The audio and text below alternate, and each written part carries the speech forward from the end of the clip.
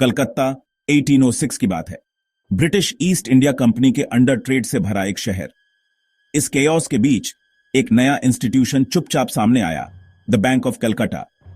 यह एक छोटी सी शुरुआत थी, लेजर्स और कॉइन्स वाला एक छोटा सा ऑफिस, लेकिन इसने इनफॉर्मल मनी लेंडर्स से ऑर्गेनाइज्ड बैंकिंग की ओर एक बदलाव को मार्क किया। ईस्ट इंडिया कंपनी को अपने बड़े ऑपरेशंस, वॉर्स, ट्रेड, सैलरीज के लिए एक स्टेबल फाइनेंशियल पार्टनर की जरूरत थी। दी बैंक ऑफ कलकत्ता एक जॉइंट स्टॉक बैंक इसका जवाब था, जिसने शेयर्ड ओनरशिप और स्टेबिलिटी को इंट्रोड्यूस किया। यह इंडिया में एक फॉर्मल बैंकिंग सिस्टम की ओर पहला कदम था। मर्चेंट्स, ऑफिसर्स और ट्रेडर्स ने देखा कि कैसे हर ट्रांजैक्शन ने इस नए सिस्टम में ट्रस्ट बनाया। क्लर्क्स ने अपने क्विल्स और लेजर्स के साथ एक फाइनेंशियल एम्पायर की फाउंडेशन रखी। बैंक के चार्टर ने उसकी पावर्स और रिस्पॉन्सिबिलिटीज को आउटलाइन किया, जिससे मॉडर्न बैंकिंग के लिए स्टेज तैयार हुआ। स्टेट बैंक ऑफ इंडिया की कहानी फैनफेयर से नहीं, बल्कि बैंक ऑफ कलकत्ता की क्वाइट डिलिजेंस से शुरू हुई। 1809 तक bank of Calcutta bank of Bengal बन गया, जिसने रॉयल चार्टर और नई प्रेस्टीज हासिल की। जल्द ही दो और प्रेसिडेंसी बैंक सामने आए, 1840 में बैंक ऑफ बॉम्बे और 1843 में बैंक ऑफ मद्रास। ये तीन बैंक इंडिया के फाइनेंशियल सिस्टम के पिलर्स बन गए। हर एक मेजर रीजन को सर्व कर रहा था। उन्होंने करेंसी इश्यू की, गवर्नमेंट अकाउंट्स मैनेज किए और इकोनॉमिक ग्रोथ को फ्यूल किया। क्वाजी सेंट्रल बैंक्स के रूप में काम करते हुए उन्होंने पब्लिक में स्टेबिलिटी और ट्रस्ट लाया।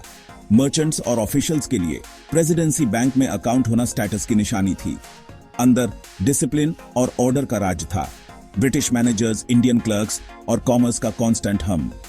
इन बैंक्स ने मॉडर्न बैंकिंग में जेनरेशंस को ट्रेन किया और इंडिया के इकोनॉमिक ट्रांसफॉर्मेशन को देखा।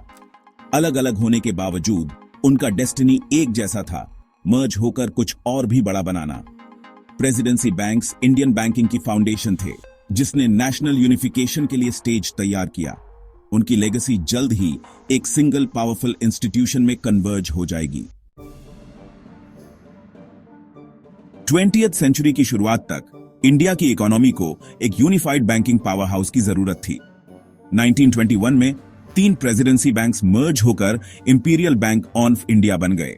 इस नए इंस्टीट्यूशन को एक बड़ा ब्रांच नेटवर्क मिला और यह तुरंत इंडिया का सबसे बड़ा कमर्शियल बैंक बन गया। इंपीरियल बैंक ने एक कमर्शियल बैंक, गवर्नमेंट्स बैंकर और बैंकर्स बैंक के रूप में काम किया। यह टाउन्स और सेमी अर्बन एरियाज में एक्सपैंड हुआ, जिससे ज्यादा लोगों तक फॉर्मल बैंकिंग पहुंची। उसकी इंपोजिंग ब्रांचेस लैंडमार्क बन गईं और उसके officials respected community figures. Bank ने गवर्नमेंट को सपोर्ट करते हुए करेंसी और क्रेडिट मैनेज किया, जब तक कि 1935 में रिजर्व बैंक ऑफ इंडिया की स्थापना नहीं हुई। इकोनॉमिक अपहीवल्स और फ्रीडम स्ट्रगल के दौरान भी इंपीरियल बैंक स्टेबिलिटी का पिलर बना रहा। इसने कॉलोनियल लेगेसी और इंडिपेंडेंट एस्पिरेशंस के बीच ब्रिज का काम किया, जिससे फ्यूचर की फाउंडेशन रखी गई। इंपीरियल बैंक का दौर इंडिया के फाइनेंशियल हिस्ट्री में एक टर्निंग पॉइंट था। 1947 में आजादी के साथ एक नया विजन आया, हर इंडियन के लिए डेवलपमेंट। इंपीरियल बैंक पावरफुल होने के बावजूद अभी भी एक प्राइवेट एंटिटी था। 1955 में गवर्नमेंट ने इसे नेशनलाइज कर दिया, जिससे state bank of India SBI बना। SBI का मिशन बदल गया। प्रॉफिट अब अकेला गोल नहीं था। नेशन, खासकर रूरल इंडिया की सेवा करना पैरामाउंट बन गया। बैंक को अंडरसर्व्ड एरियाज में ब्रांचेस खोलने का काम सौंपा गया, जिससे बैंकिंग मैसेज तक पहुंची। SBI सेक्टर का लीडर बन गया, एग्रीकल्चर, स्मॉल इंडस्ट्रीज और फाइनेंशियल इंक्लूजन को सपोर्ट करते हुए। एम्प्लॉइज एलीट की सेवा करने से हर सिटीजन की सेवा करने लगे। शुरुआती सालों में रूरल इंडिया में एग्रेसिव एक्सपेंशन देखा गया, इंफ्रास्ट्रक्चर और लिटरेसी चैलेंजेस के बावजूद। SBI स्टाफ एजुकेटर्स और कम्युनिटी बिल्डर्स बन गए, फाइनेंशियल अवेयरनेस फैलाते हुए। हर नई ब्रांच होप की एक बीकन थी, इंक्लूसिव ग्रोथ के वादे को पूरा करते हुए। SBI का बनना पीपल्स बैंक के रूप में उसकी जर्नी की असली शुरुआत थी। SBI का ट्रांसफॉर्मेशन सिर्फ नए साइन बोर्ड्स के बारे में नहीं था, यह रूरल इंडिया के हार्ट तक पहुंचने के बारे में था। 1950s और 60s में बैंक का एक्सपेंशन एक क्वाइट रेवोल्यूशन था, जिसने पहली बार विलेजेस तक फॉर्मल बैंकिंग पहुंचाई। एसबीआई स्टाफ टीचर्स बन गए, लोगों को सेविंग्स, लोन्स और सिक्योरिटी के बारे में समझाते थे जो मनी लेंडर्स के आदी थे। एसबीआई से लोन का मतलब था कि एक फार्मर बेहतर सीड्स खरीद सकता था। सेविंग्स अकाउंट ने एक मार्केट वेंडर को इंडिपेंडेंस दी। ब्लू पासबुक एम्पावरमेंट और होप का सिंबल बन गई। एसबीआई ने रूरल नीड्स के मुताबिक प्रोडक्ट्स इंट्रोड्यूस किए, एग्रीकल्चरल लोन्स, आर्टिजन स्कीम्स और माइक्रो फाइनेंस। 1960s के आखिर तक हजारों नई ब्रांचेस खुल चुकी थीं, ज्यादातर रूरल और सेमी अर्बन एरियाज में। बैंक विलेज इकोसिस्टम का हिस्सा बन गया, सिर्फ अमीरों के लिए जगह नहीं। चैलेंजेस इमेंस थे, लेकिन फाइनेंशियल इंक्लूजन के लिए कमिटमेंट कभी कम नहीं हुई।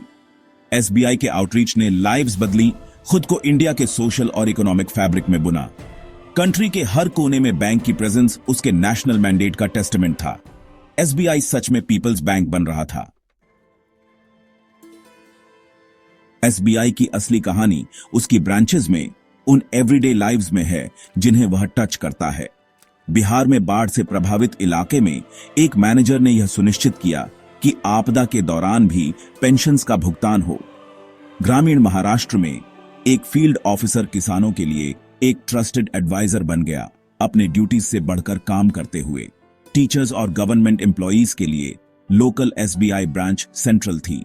सैलरीज, सेविंग्स और ड्रीम्स सब उसके दरवाजों से पास्ट। स्टाफ सिर्फ एम्प्लॉइज नहीं थे, वे कम्युनिटी का हिस्सा थे। दशकों से building trust, SBI life milestones में एक पार्टनर बन गया। Weddings, education, first homes. SBI में नौकरी, प्रेस्टीज और सिक्योरिटी की निशानी थी, मिलियंस ऑफ एप्लीकेंट्स को अट्रैक्ट करते हुए। बैंक सिर्फ एक फाइनेंशियल इंस्टीट्यूशन नहीं था, बल्कि करियर बनाने और नेशन की सेवा करने की जगह थी। ये ह्यूमन कनेक्शंस इनविजिबल थ्रेड्स हैं जो एसबीआई को सिर्फ एक बैंक से ज्यादा बनाते हैं। 1990s में इकोनॉमिक लिबरलाइजेशन और प्राइवेट और फॉरेन बैंक से टफ कंपटीशन आई। एसबीआई को एक चैलेंज का सामना करना पड़ा, अडेप्ट करो या पीछे छूट जाओ। पहला कदम कंप्यूटराइजेशन था, लेजर्स को स्क्रीन से बदलना और हजारों एम्प्लॉइज को रिट्रेन करना। रेजिस्टेंस के बावजूद ट्रांजिशन ने डिजिटल बैंकिंग की फाउंडेशन रखी। एसबीआई ने एटीएम्स को पायोनियर किया, जिससे कैश 24/7 एक्सेसिबल हो गया। छोटे शहरों और रेलवे स्टेशनों में भी डेबिट कार्ड्स, इंटरनेट बैंकिंग और मोबाइल बैंकिंग जल्द ही आए, जिससे लाखों लोगों को कन्वीनियंस मिली। बैंक ने टेक्नोलॉजी में भारी इन्वेस्ट किया, ऑपरेशंस को स्ट्रीमलाइन किया और कस्टमर एक्सपीरियंस को बेहतर बनाया। उसका मोबाइल ऐप, योनो, बैंकिंग और लाइफस्टाइल सर्विसेज को स्मार्टफोन्स पर लाया। मॉडर्नाइजेशन ने एसबीआई को कस्टमर्स को बनाए रखने और एक नई टेक सैवी जनरेशन को अट्रैक्ट करने में मदद की। एसबीआई ने साबित किया कि एक लेगेसी इंस्टीट्यूशन भी डिजिटल एज में इनोवेट और थ्राइव कर सकता है। एसबीआई की कहानी यूनिटी के बारे में भी है, अपने एसोसिएट बैंक्स को एक साथ लाना। 1959 में फॉर्मर प्रिंसली स्टेट्स के 8 बैंक एसबीआई में सब्सिडियरीज के रूप में शामिल हुए, हर एक की एक मजबूत रीजनल आइडेंटिटी थी। दशकों तक ये बैंक स्वतंत्र रूप से ऑपरेट हुए, लेकिन एसबीआई की अम्ब्रेला के तहत स्टेट बैंक ग्रुप बनाते हुए। जैसे जैसे बैंकिंग इवॉल्व हुई, इन एसोसिएट्स को एसबीआई के साथ मर्ज करना स्ट्रेंथ और एफिशिएंसी के लिए एसेंशियल बन गया। यह प्रोसेस 2008 में स्टेट बैंक ऑफ सौराष्ट्र के साथ शुरू हुई। उसके बाद 2010 में इंडोरे। मेजर मर्जर 2017 में आया, जब 5 बचे हुए एसोसिएट्स और भारतीय महिला बैंक एसबीआई में शामिल हुए। रातों रात एसबीआई दुनिया के टॉप 50 बैंक्स में से एक बन गया।